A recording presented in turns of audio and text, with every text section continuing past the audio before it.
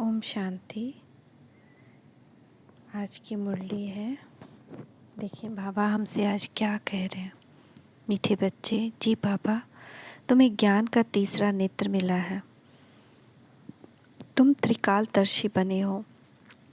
लेकिन यह अलंकार अभी तुम्हें नहीं दे सकते क्योंकि तुम पुरुषार्थी हो। प्रश्न है, गृहस्थ में रहते कर्म अवश्य करना है, लेकिन किस एक बात की संभाल ज़रूर रखनी है। कर्म करते व्यवहार में आते अन्न की बहुत परहेज रखनी है। पतितों के हाथ का नहीं खाना है, अपने को बचाते रहना है। कर्म सन्यासी नहीं बनना है, लेकिन परहेज ज़रूर करनी है। तुम कर्म योगी हो। कर्म करते बाप की याद में रहो तो विकर्म विनाश होंगे।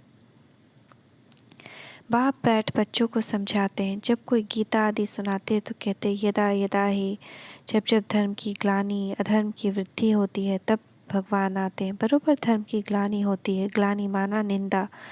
तो भारत में धर्म की ग्लानि और अधर्म की वृद्धि हो जाती है। मैं आता ही तब हूँ जब यह हालत होती है। बहुत दुख है, मौत सामने खड़ा है, विनाश के लिए मूसल भी तैयार है। अभी तुम बच्चे जानते हो बाबा आया हुआ है आदि सनातन धर्म की स्थापना करने। ब्रह्मा द्वारा स्थापना, शंकर द्वारा विनाश और विष्णु द्वारा पालना। बरोबर अभी ये तीनों कार्य अभी चल रहे हैं। अभी तुम ब्राह्मण हो और जानते हो कि अभी हम ब्राह्मण से फिर देवता बन रहे हैं। अभी शिव बाबा के पौत्रे हैं। शिव बाबा का एक बच्चा, एक से फिर तुम कितने बच्चे बन जाते हो। पतितों को पावन बनाने की सेवा तुम कर रहे हो। यह बेहद का यज्ञ में सारी पुरानी दुनिया स्वाहा हुई है। इस यज्ञ के बाद फिर कोई यज्ञ होगा ही नहीं। सतयुग त्रेता में कोई यज्ञ रचते ही नहीं। यज्ञ रचते ही है विघ्नों को हटाने के लिए।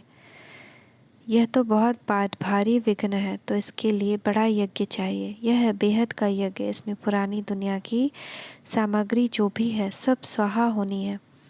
रुद्र अथवा शिव बाबा एक ही है। जैसे शिव का रूप वैसे रुद्र का भी रूप है। श्री कृष्ण तो साकारी है। इसका सच्चा नाम ही है शिव ज्ञान यज्ञ।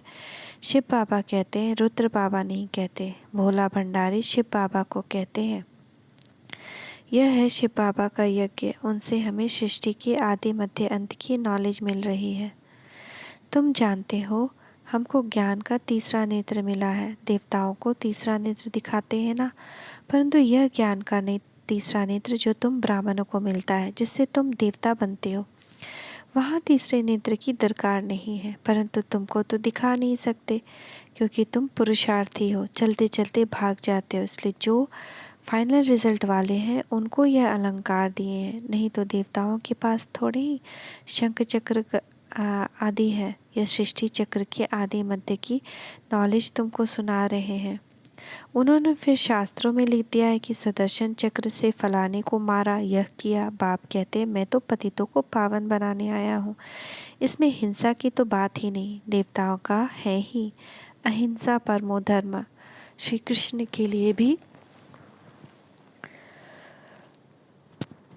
फिर हिंसा करना कैसे लिखा है, कैसे वंडरफुल चित्र बनाए हैं। वहाँ की गीता सुनाते, राजयोग सिखाते, फिर किसको मारते हैं, बाप को तो याद करते हैं। इसलिए है कि आकर पतित दुनिया को पावन बनाओ, राजयोग सिखाओ। बाप कहते हैं ज्ञान का सागर नॉलेजफुल मैं हूँ। तुमको नॉलेज मिल रही है। इसको ही अमर कथा कहते हैं। वह तो शिव शंकर को कह देते हैं। शंकर सूक्ष्म वतनवासी, वह कैसे कथा सुनाएंगे, उनको तो नॉलेजफुल नहीं कहा जाता। शिव बाबा सारी सृष्टि का राज समझाते हैं, जो नॉलेज कोई के पास नहीं। बाप धनी को न जानने के कारण ऑर्फन बन पड़े हैं। लड़ते झड़ते हैं तो बाप धनी को न जाने का कारण निधन के बन पड़े हैं। लड़ते झगड़ते रहते हैं। सतयुग में कोई झगड़ा होता नहीं, न रोना न पीटना। इसलिए मोह जीत राजा की कथा सुनाते हैं। कथाएं तो ढेर हैं। हर एक धर्म में किस्म किस्म की कथाएं हैं, जो सब भक्ति मार्ग की सामग्री है। भक्ति करते हैं भगवान से मिलने के लिए। आधा कल भक्ति करते आए हैं, भगवान तो किसको मिला ही नहीं। अब बाप ने तुम बच्चों को परिचय दिया है, तुम्हें फिर औरों को देना है। सन शोज फादर, तो बाप का परिचय दे, सबको नॉलेज बताते रहो। तुम हर एक बच्चे की बुद्धि में है। शिव बाबा हमारा रूहानी बाप है। यह भी भक्ति मार्ग वालों को समझाना है कि तुम्हारा दो बाप है, एक लौकिक बाप, दूसरा परलौकिक बाप, जिसको गॉड फादर कहते हैं, जिसने यह बेहद की रचना रची है। बाप से तो जरूर वर्षा मिलता होगा, वह है ही स्वर्ग की रचना रचने वाला। भारत स्वर्ग था, इन लक्ष्मी नारायण का राज्य था। उन्होंने यह राज्य किसने दिया? कलयुग अंत में कोई भी विश्व का मालिक है नहीं, यह है ही रावण का राज्य।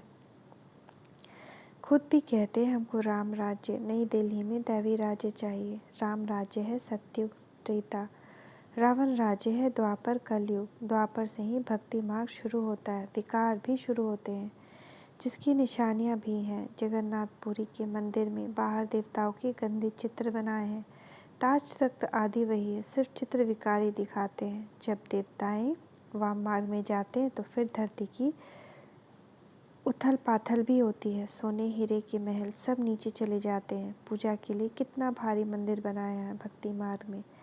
आप ही पूज्य, आप ही पुजारी, बाप समझाते हैं। मैं तो पुजारी नहीं बनता हूँ, अगर मैं बनूँ तो मुझे फिर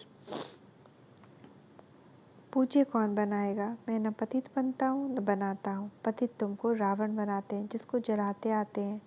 इस समय पाप आत्माओं की दुनिया है, गाते भी हैं पतित पावन आओ, फिर कह देते हैं पतित पावन सीताराम। छठ त्रेता वाले राम की याद आ जाती है, अब वह तो पतित पावन नहीं है। बाप ये सब समझाते हैं, तुम सब सीताएं हो, द्रौपदियाँ हो, एक की बात नहीं है।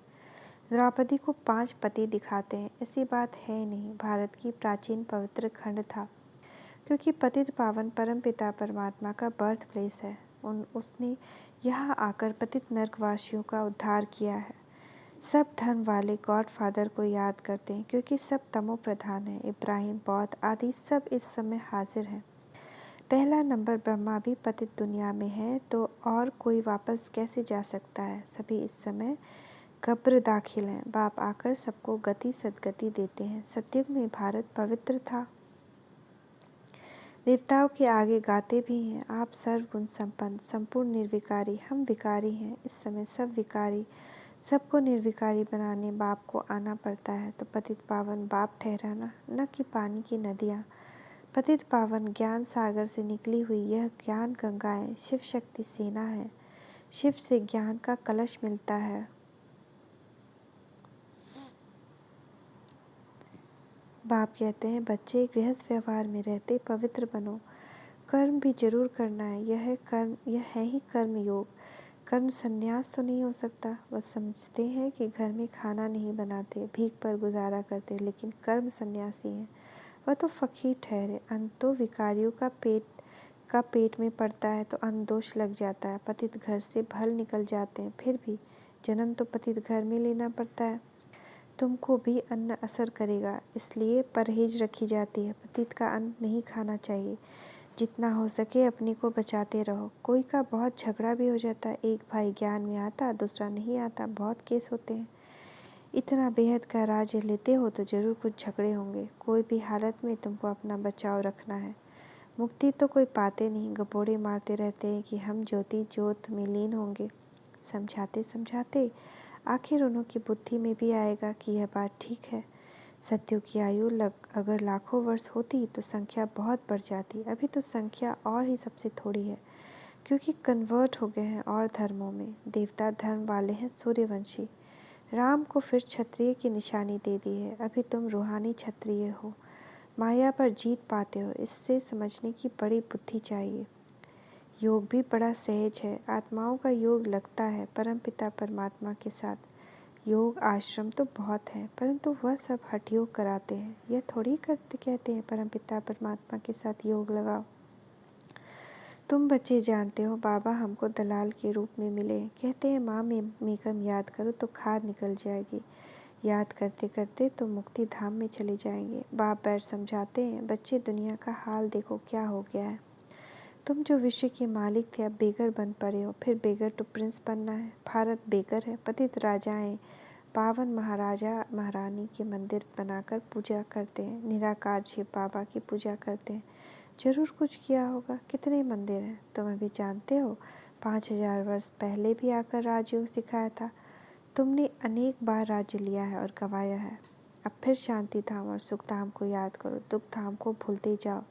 यह सब विनाश होना है, फिर तुम स्वर्ग के मालिक बन जाएंगे। बाप कहते हैं, मैं तुम्हारा बेहद का बाप भी हूँ। तुमको बेहद का वर्षा देने आया हूँ। तुम्हारे दिल में खुशी है। हम अपनी राजधानी श्रीमत पर स्थापन कर रहे हैं, परंतु है सारा गुप्त। रावण पर जीत पानी है।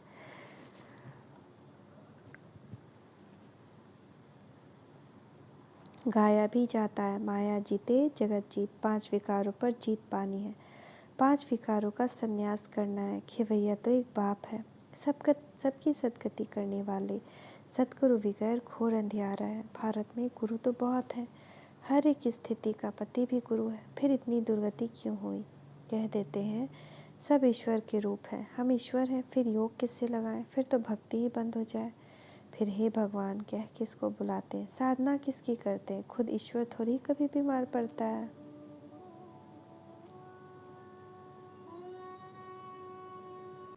परंतु कोई पूछने वाला नहीं है, डरते रहते श्राप न मिल जाए। वास्तव में श्राप देने वाला है रावण। बाप तो वर्षा देते हैं, रावण दुश्मन है इसलिए जलाते रहते हैं। लक्ष्मी नारायण के चित्र को कब जलाते हैं क्या? बिल्कुल नहीं। रावण क्या चीज़ है? अभी तुमको मालूम पड़ा है। सतयुग में पावन प्रवृत्ति में सुख था, अभी पतित प्रवृत्ति में दुख है। अभी इसका विनाश होना है। तुम देखेंगे अर्थक्वेक आदि होती रहेंगी। बाबा भी कहाँ तक बैठ शिक्षा देंगे? लिमिट होगी ना।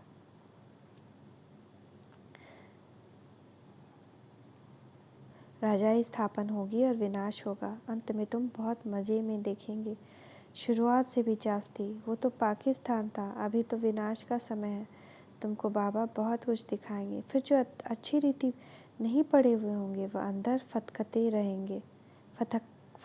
रहेंगे। क्या कर सकते हैं? अभी जितना पुरुषार्थ करना है कर लो। बाल बच्चों को तो संभालना ही है, कायर नहीं बनना है। कदम कदम पर श्रीमत पर चलना है। बाप को याद करते रहना है। बस इसी में मेहनत है। पापों का बोझा सिर से कैसे उतरे, उसके लिए है सहज योग। यह है ज्ञान बल, योग बल, जिससे माया पर विजय पाकर विश्व के मालिक बनते हैं। अच्छा, मीठे मीठे से खिलते बच्चों प्रति माता पिता बाप दादा का याद प्यार। Good morning. रूहानी बाप की रूहानी बच्चों को नमस्ते। रूहानी बच्चों की रूहानी माता पिता बाप दादा को याद प्यार। Good morning. नमस्ते बाबा, नमस्ते। शुक्रिया बाबा, शुक्रिया। धारणा के लिए मुख्य सार श्रीमत पर ज्ञान और योग बल से माया पर विजय पानी है। विनाश के पहले अपने विकर्मों को विनाश करना है। बेहद का राज्य लेने के लिए हर बात में अपना बचाव करते रहना है। अन्य दोष से भी बहुत संभाल करनी है।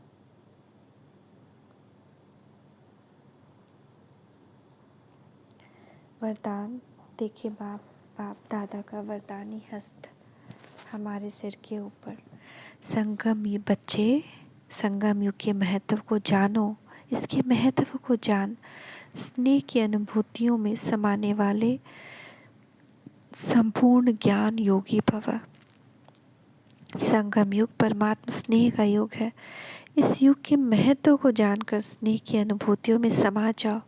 स्नेह का सागर, स्नेह के हीरे मोतियों की थाली भर कर दे रहे हैं, तो अपने को सदा भरपूर करो।